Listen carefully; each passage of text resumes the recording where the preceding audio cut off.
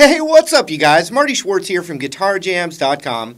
Got a Hendrix style rhythm concept and lesson for you. But let's zoom in and gonna break this concept down for you, and I think you'll get a lot out of it. I know it's helped me a lot. So enough of that. Let's zoom in and check it out. All right, so I've showed this Hendrix style rhythm idea before, but I'm gonna go over it again, but then now add another dimension to it. So check it out. Any major bar chord with the root on the E string, like that, or like this, or hey oh, pick this one, right? Any one of those that's in a progression that you're playing, you can play that chord, or you can substitute or combine this little concept here. Check it out. So for G, you could go like this.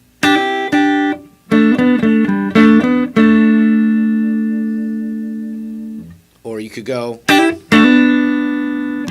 or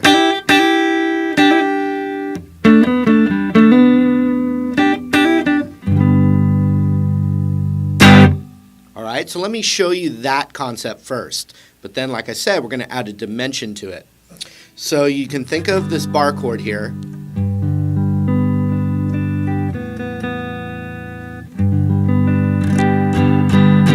So you can think of this bar chord right here.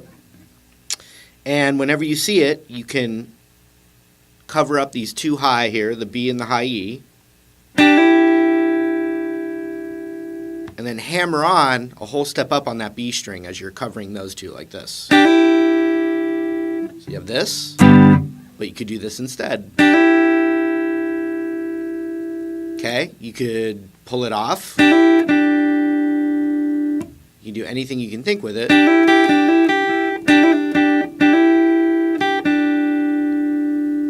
Okay, so that's the first move.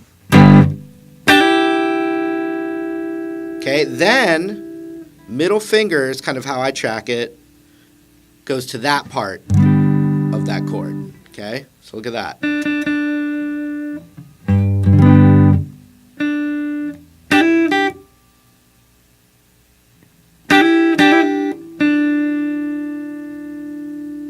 Now my index is naturally going to that second fret of the G string, which is also a half step lower than where that bar is.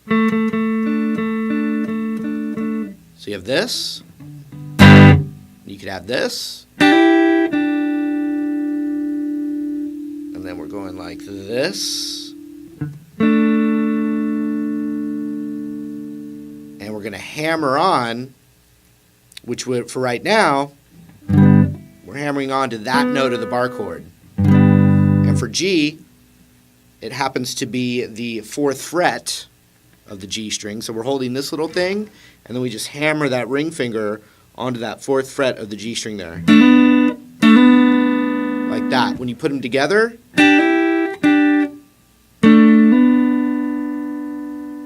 and those fingers that are being added can be pulled off and on in that little those clusters.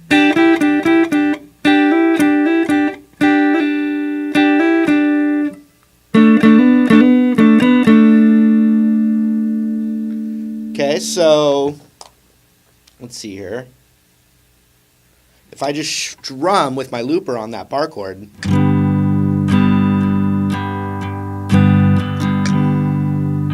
so now you can hear it, right? Now watch.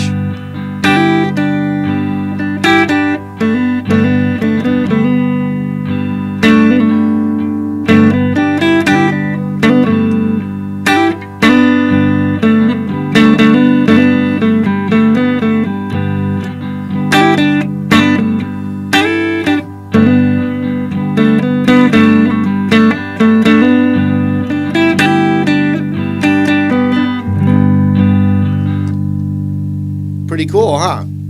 Pretty cool, huh? Anyway, I love that concept. So a few things that I added in there when I started improvising was from that same thing, you could, this is a classic R&B thing, you can cover both of them like we were, and just hold down both of them and slide it up and back.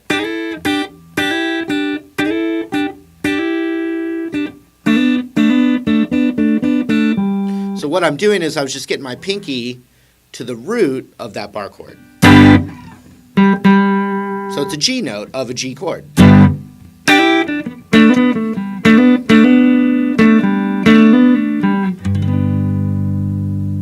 Hendrix might do a thing where he's holding his thumb on that root the whole time.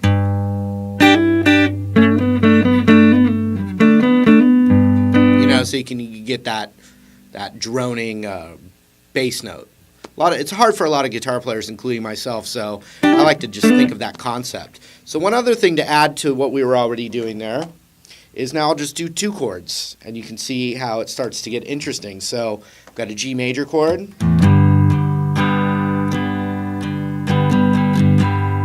And then I'm just going to go to C major, kind of standard 1-4 progression. Okay, now I'm going to let that loop.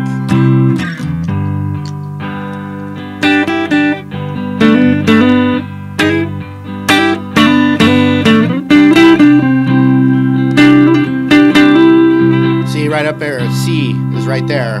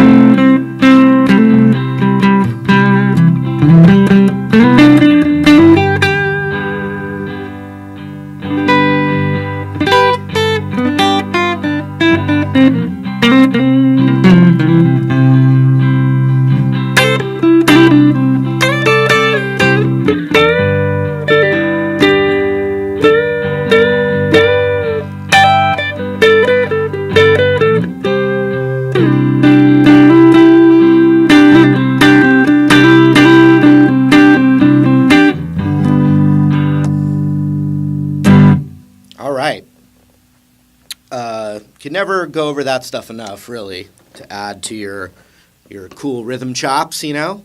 It's always fun to play something other than, you know, get some flavor in there, right? Make it pop. A little bam. Anyway, here's the thing that I wanted to expand on. If that wasn't enough, I'm going to add more to this lesson. And here's what it is. That same concept can be played over its relative minor chord.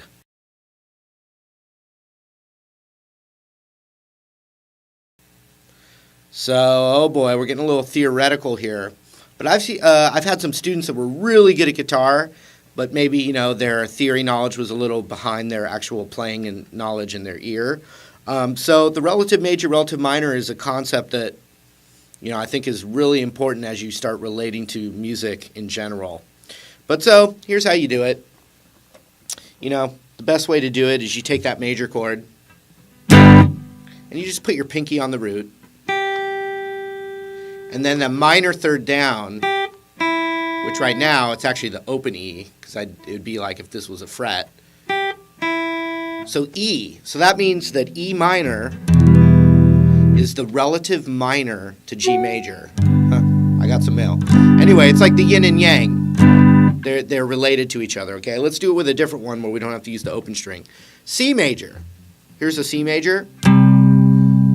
So I put my pinky on the root. It's also how I kind of teach you to plug in the major pentatonic. But so I put my pinky on that major root of C major. And if I want to know what the relative minor is, I go down to here. Oh, A minor. So watch this. The idea I was using for C major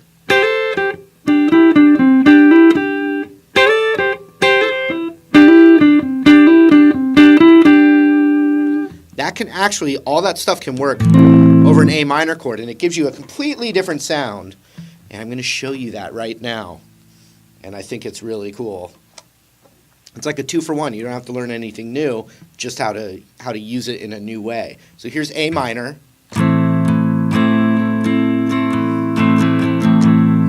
got the A minor going there. And I know that A minor, okay, minor pentatonic, if that's the root of minor, then its relative major would be right there, and vice versa. So C major is the relative major of A minor.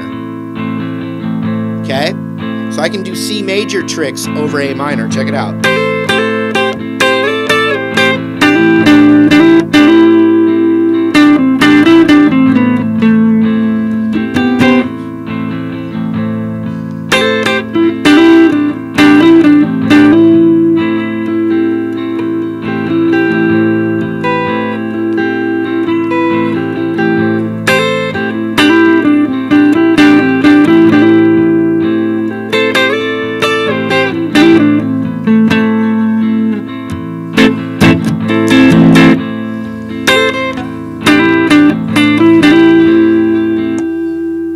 Okay, let's pick another one just so we can work on the concept a little bit. E minor is classic, but let's do B minor because we haven't been in that key yet in this lesson. So I'm going to strum a B minor chord, then I'll show you the thought process again. Here we go.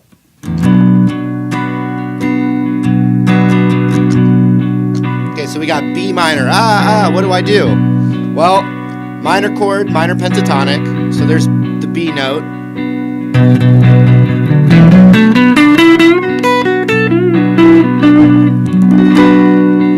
So the minor is the index, major, the relative major would be that note. If I figured it out, it's a D major. So that means D major tricks are going to work over B minor.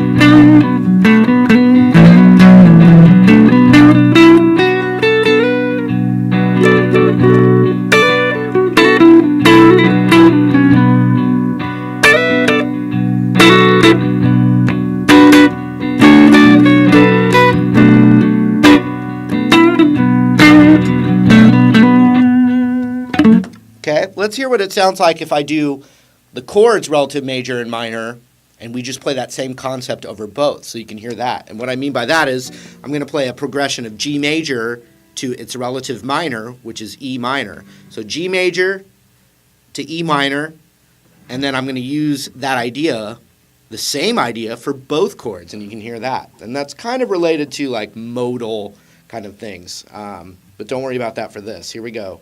We're going to do E minor to G major, actually. Let's do it that way.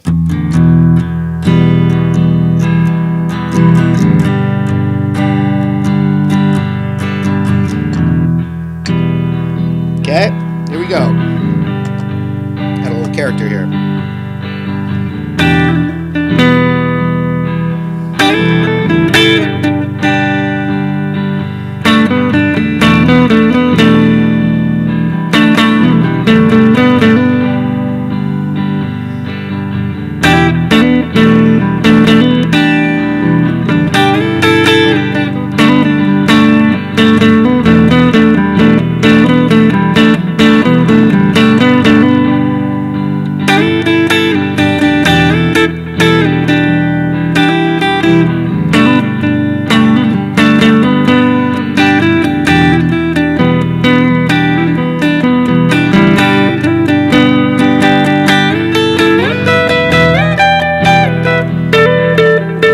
Up an octave.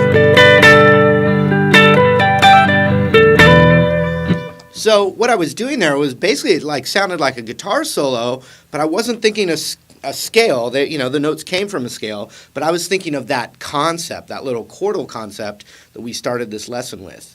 So just mess with it, and the cool thing is this video is always here. You can just rewind it and keep going over it.